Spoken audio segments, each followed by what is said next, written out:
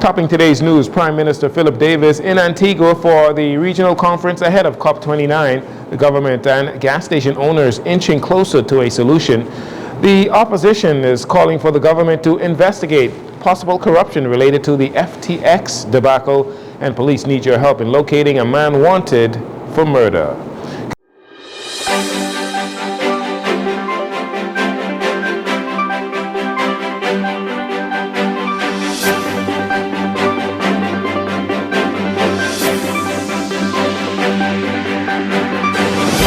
Good evening, Bahamas. I'm Jcn Saunders. This is your JCN Evening News. It's a pleasure to have you join us. Prime Minister Philip Davis is in Antigua and Barbuda after leaving on Sunday for the 4th International Conference on Small Island Developing States, SIDS 4, which runs until Thursday. You're looking at images of the Foreign Affairs Minister Fred Mitchell at the airport on Sunday to see the Prime Minister off safely. The meeting, held under the theme Charting the Course Towards Resilient Prosperity, is primarily to prepare small island developing states to have a common position at COP29 in Azerbaijan in November this year. Seen here, Prime Minister Davis addressed the conference earlier today around 3 p.m. and during his contribution he explained to attendees that small island states can no longer ignore the realities of the impacts of climate change. Members will also seek to assess the ability of small island states to achieve sustainable development, including the 2030 Agenda and the Sustainable Development Goals. JCN has a reporter at the conference, and we will have more on Prime Minister Davis's contribution in a later report. The opposition Free National Movement is renewing a call for the government to appoint a bipartisan select committee to review all matters related to the FTX debacle and the local environment that gave rise to the unfortunate situation. In a statement on the weekend, FNM leader Michael Pintard said, "We must ensure that the Bahamas' legislative, regulatory, and policy framework can build a robust digital assets industry that attracts only credible entities committed to sound business practices." He says the opposition is alarmed by the reported allegations that FTX paid some $675,000 in donations to companies with close ties to senior government officials. These allegations were reportedly contained in a preliminary assessment by the U.S. Justice Department that is investigating the FTX collapse. Mr. Pintard says to protect the Bahamas' reputation as a credible and legitimate place to do business, the Prime Minister must immediately agree to launch a complete and thorough investigation into these allegations of potential public corruption. Meanwhile, on Friday, Acting Press Secretary in the Office of the Prime Minister, Keishla Adley, was asked if the government was aware of the FTX-related allegations. She responded like this. Yes, we were aware of that report. I read that report in your paper this morning. There weren't exactly any specifics or any names called, no direct allegations, so it's hard to comment on that, but it's something that the office will continue to monitor. Again, no specifics on who it relates to, so it's hard to comment further than that on that report. That was Keishla Adley, Acting Press Secretary, once again in the Office of the Prime Minister. The government is still locked into negotiations with the fuel retailers who for the last 2 years have demanded the government increase their fuel profit margins or they risk going out of business. At the Office of the Prime Minister on Friday, Minister of Economic Affairs, Senator Michael Halkitis, revealed that talks are progressing with the Bahamas Petroleum Retailers Association. He maintains the government is committed to reaching an agreement that would not raise gas prices for the Bahamian drivers. We're moving. We continue to talk. As I said, our main thing, and it hasn't changed. Our main, I looked at the paper this morning, and fuel is $5.91, $5.96, and I think maybe $5.95. Our concern has always been the impact on the driving public. And then when you talk about diesel, you're talking about the bus drivers and the fishermen and that sort of thing. And so I say over and over again, we're sympathetic to their plight. It's a difficult environment. We're moving closer. And so I think we can, without sort of promising anything, I think we're moving closer. I understand that they are very anxious. They've been very patient, and they've continued to endure a difficult environment. We're not unsympathetic.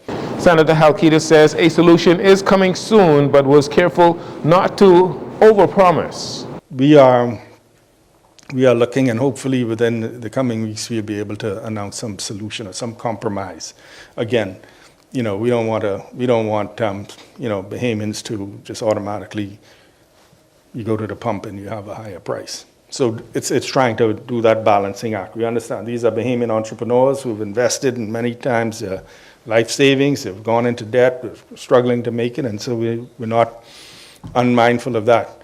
But on the other side is the Bahamian driver. So we're tweaking some proposals where we can minimize the increase, and we want to get that resolved and out of the way within the next couple of weeks.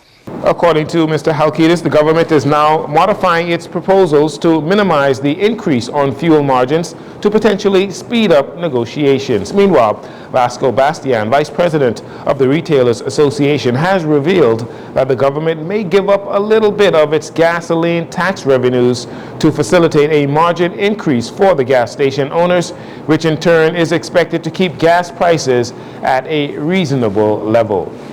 Despite some residents who say it seems more difficult to make ends meet today as opposed to before the COVID-19 pandemic, Senator Michael Halkitis, the Minister of Economic Affairs, while at the office of the Prime Minister, says the government is absolutely fulfilling its mandate to revive the economy. As we said when this administration first came into office, we wanted to revive our economy, not through cutting expenses or raising taxes, but through use of a 4-point plan, growing the economy, improving revenue administration, containing costs, and finding new sources of revenue. And we felt that over a multi-year period, we will see our deficits go down, and borrowing requirements go down, and our debt to GDP ratio go down. I can happily say that we have seen the positive results of that so far in the last 2 budgets that we have presented. The Economic Affairs Minister said with confidence that the Davis administration expects to see the current positive economic trends continue well into 2025. Meanwhile, the 2024-2025 fiscal budget, that communication will be presented in the House of Assembly this Wednesday by Prime Minister Philip Davis. And finally, in this segment, there are those who may believe Michael Pintard, as leader of the opposition, may be a bit presumptuous and sometimes aggressive.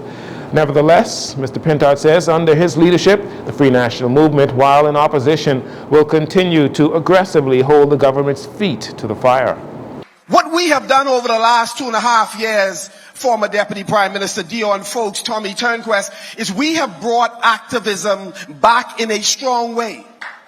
Whether it's 5 or 50, whether it's 100 or 10, we are prepared to hold this government accountable.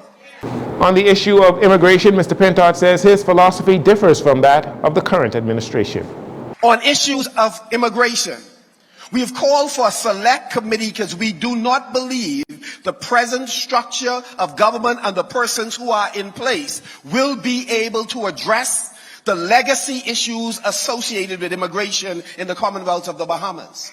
We are not any group on the far left that wish to blame every immigrant for every problem that we have. We know that that is not true. We are not that group on the far right who seem as if they are motivated by personal benefit or using immigration as a means for political empowerment for them and their organization. We are different than them, both of them. Our view is that persons who come to this country the right way and wish to cast their lot with us, we welcome them to help build this country together. But you have to come the right way. And those that we invite in to establish industries that may be lacking, we are saying very clearly, we are prepared to collaborate with you. We do not expect that Bahamians at the blue or white collar level will be displaced. Mr. Pintard, the incumbent leader for the Free National Movement, will face off with former leader Dr. Hubert Minnis for the top spot in the party when the F&M holds its one-day convention this Saturday, June 1st at Bahar Mar. We'll take a break here. We'll be right back after these commercials.